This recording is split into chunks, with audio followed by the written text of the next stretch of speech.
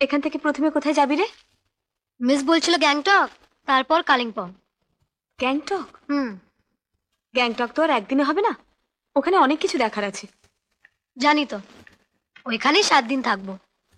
তারপর ওইখান থেকে মিউজিয়াম দেখবো। গ্যাংটক ডিগ্রি কলেজে সেমিনার আছে। সে যাই হোক, ওখান থেকে যদি কালিম্পং যাস তাহলে একবার মামার সঙ্গে দেখা করে আসিস। 2-1 বছর হলো মামার সঙ্গে আমাদের কোনো যোগাযোগই নেই।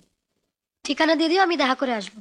যাবি কিন্তু থাকবি না, বলবি কলেজ এক্সকারশনে এসেছি। ঠিক আছে। আর যদি বলে থাকতে? না, থাকবি না। তোকে ছেড়ে 10 দিন থাকতেই আমি হাঁপিয়ে উঠবো। জানিসই তো, দিদি মিলি ছাড়া আর কেউ নেই। আমি যদি জানতাম তোকে কিছুতেই যেতে দিতাম না। আচ্ছা, আমি রেডি, চলো। রঘুদা, আমার সুটকেসটা নিয়ে যাও তো। যাই।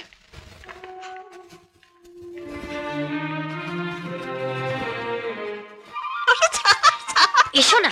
কি এমন গোপন কথা রে তোর যে পুরো ঠাম্মাকে একেবারে বাইরে নিয়ে এলি?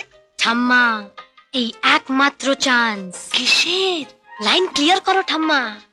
দিদি একা একা থাকতে পারবে না, এই সুযোগে বিয়ের ফুলটা ফুটিয়ে দাও, তাহলে আমার ফুলটা ফুটবে। ওরে হতচ্ছাড়ি, বিয়ের ফুল ফোটাবি? কুড়ি এসে গেছে নাকি রে? এসে গেছে কি, ফুটবো ফুটবো হয়ে আছে। মরেছে। তা ফুলটি কোথায়? নামটা বল, দিদিকে একবার শুনিয়ে রাখি। দিদি এসে গেছে ঠাম্মা, দিদি। ট্যুর থেকে ফিরে সব বলবো, হ্যাঁ? গাড়িতে বসে বসে এখন দিদি কতবার যে বলবে, না গেলেই হতো মিলি, না গেলেই হতো। এই যে ম্যাডাম, এখানে দাঁড়িয়ে দাঁড়িয়ে ঠাম্মার সঙ্গে কি এত প্রাণের কথা হচ্ছে? ওদিকে যেতে দেরি হয়ে যাচ্ছে না? চলো আসি ঠাম্মা। আচ্ছা, আসি ঠাম্মা। আর বাবা